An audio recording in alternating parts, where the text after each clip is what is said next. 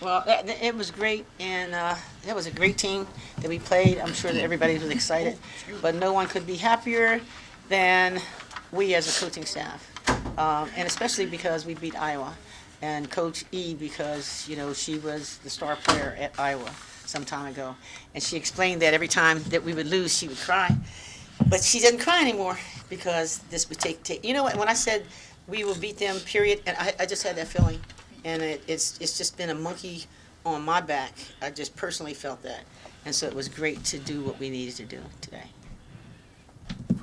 Yeah, for the players. So on senior day today, what was a couple things? So for one, talking about getting the monkey off your back with beating Iowa for coach's sake and for the Big Ten's sake. If you would talk one about that, and two, what that win on senior day means to kind of get them over the top. Well, obviously, this game was really important to us. Like, despite senior night, it was already an important game for, making sure we were going to get into the NCAA tournament. Yes. We needed a signature win, and our coach kept stressing that. We emphasized it for the last couple of days we were preparing, and it was just like, if you guys want it, it's there to take it, but you're going to have to do what you need to do. You're going to have to lock in, and, what better way to do it than to do it on senior night on our home floor, knowing that we haven't beaten them since I've been here, at least. And I think everybody just honed in on that, and everybody was focused. Our days of preparation was great. Coach Eman did a fantastic job on the scout, and I just felt like everybody left it on the floor tonight. It is March, so no surprise we got the finish that we did. But how much does that speak to the resiliency and composure of your team, considering Iowa came back to hit that late bucket, and then you guys basically went to overtime and took care of business relatively stress-free? Well, you remember that we went to overtime and with Minnesota? Mm-hmm. Yes. Yeah, 2 overtimes in Minnesota. So I think we were used to that. But the mindset is that, this was our house. We're going to have the party, and we'll turn the lights out when it's over. And that's basically what happened. I think that in particular, KK played, what's the guard? Doyle. Doyle. She had a hard time coming and going. She had a hard time. But everybody played extremely hard. And, it harkens back to what T-Baby said when we were saying that, everybody had to contribute. And so she meant that, and everybody did contribute, because they were playing Arvella extremely tight. And so with that said, then everybody stepped in and did what they needed to do, which demonstrates the maturity of our team. And we're going to have to continue to do that because other people are going to make other decisions, and perhaps they're going to do that again. But we just step up. We know that we can, and that's what's going to be important. Takia, I thought a gigantic shot was your three to go 60 to 58 up, essentially without hesitation, seconds after they deal you guys a body blow very late in the game. I think people might have been looking around to take the shot, and you took it. How about that? Something different from you that you went up and with conviction you took that shot in that situation. In the Big Ten, it's all about defense for everybody. Like, you can tell that. If there's higher scoring games because one team didn't play good defense, but I'm known to drive, but I can shoot the ball. I practice that. That's what I practice. We practice shooting, and rarely do I take shots or whatever the case may be. But if I miss a couple, that's not going to stop me from shooting. If I'm wide open, that's blatant disrespect. Like, yeah, we'll let you take it. Team's been doing that in the past, but I guess Iowa caught my best shot today. And I hit 2 of them. I was 2 for 6, but I wasn't turning down open shots. So I just kept shooting, and I guess look what happened. I hit it when we needed the most. You know what I'm saying? So it's just like, hey, take it or leave it. And I took it. And look where it left them.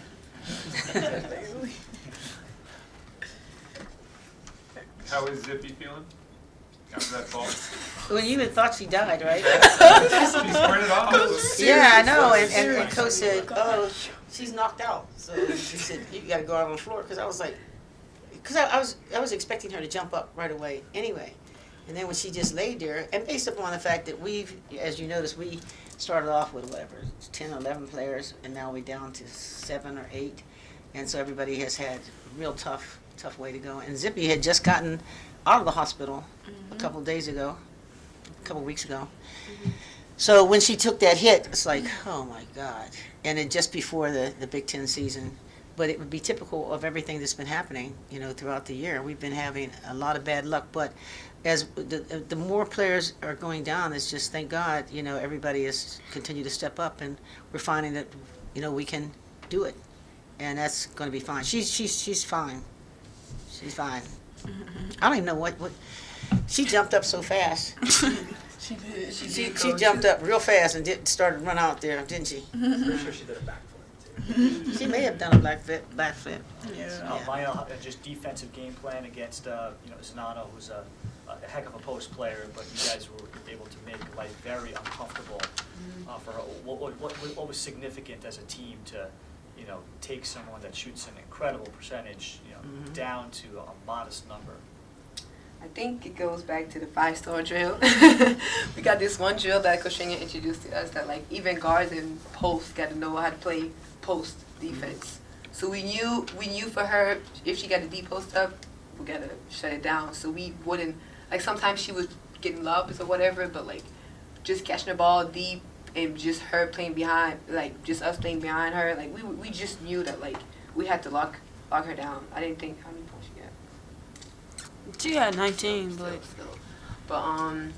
it was really about pride and not letting them scoring us, especially at home. It was all about pride, to be honest. I don't care who is your best player in the country, best player in the Big Ten, we gonna lock you down. That's just it. For the players, it's no question that Rutgers is known for their incredible defense, especially after today's game. But what kind of clicked with you guys offensively? What kind of ignited that fire in you to take those shots, to take those to get a double-double, Mael and Sanders, just your incredible performance today? I'll start off by saying that we always encourage each other in practice to take shots.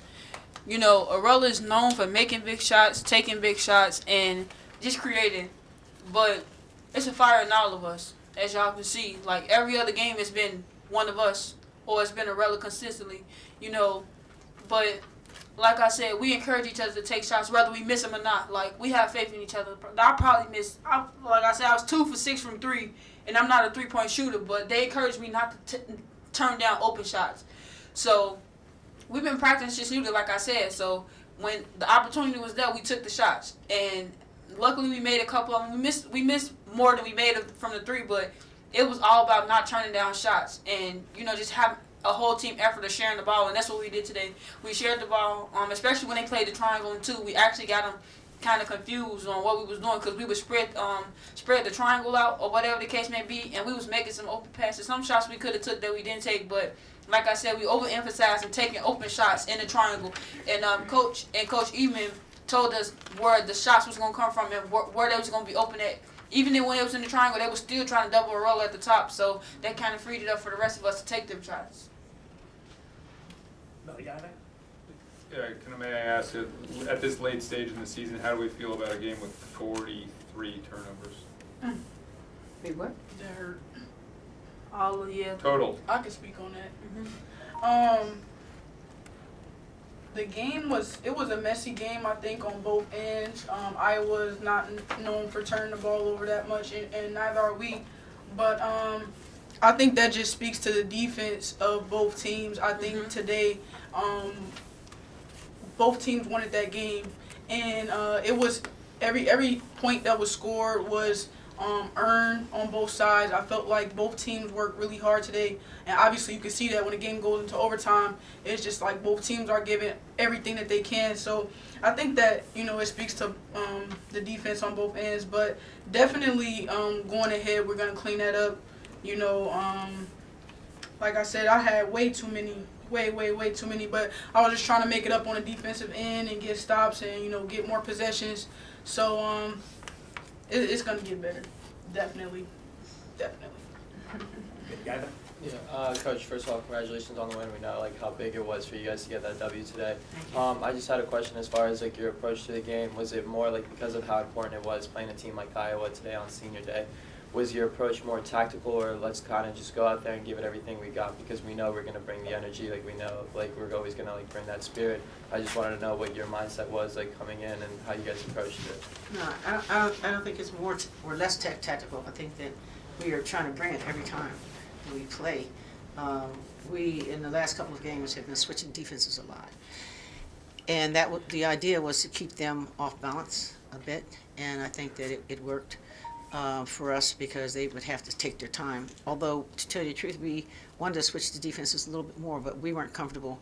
We felt that the one defense that we're playing, which is what we call a perfect matchup, was the best one for us. And so, yeah, because Coach Eatman worked with me for a year at the University of Iowa. Obviously, Coach E graduated from Iowa, and Coach Damone went to the University of Iowa. So we are all Iowa connected. And even Brian, his mother, worked for me as a graduate assistant at the University of Iowa. So we wanted to get this monkey off our backs because Iowa's a great school, but they can't, we know that they're not quicker than we are, they're not better than we are. And we just needed to put it all together. So we took our time, and I thought that executed. And to be honest with you, it was a pass that T-Baby made to Mael. And I wondered why she didn't make it to the inside because I'm thinking of blackjack circle or whatever. So I was wondering why she did it, and she said, because Mael's hitting everything. She's hitting the shots. So she aborted what we said and just went to that hit. But everybody's chipped in. They were ready. They were ready to play. It wasn't anything tough. Look, they're at the top of the thing. With Maryland, was Maryland. Northwestern coach. Yeah, but it was not any less. But we got the monkey off our backs, and so we now know that we can beat anybody.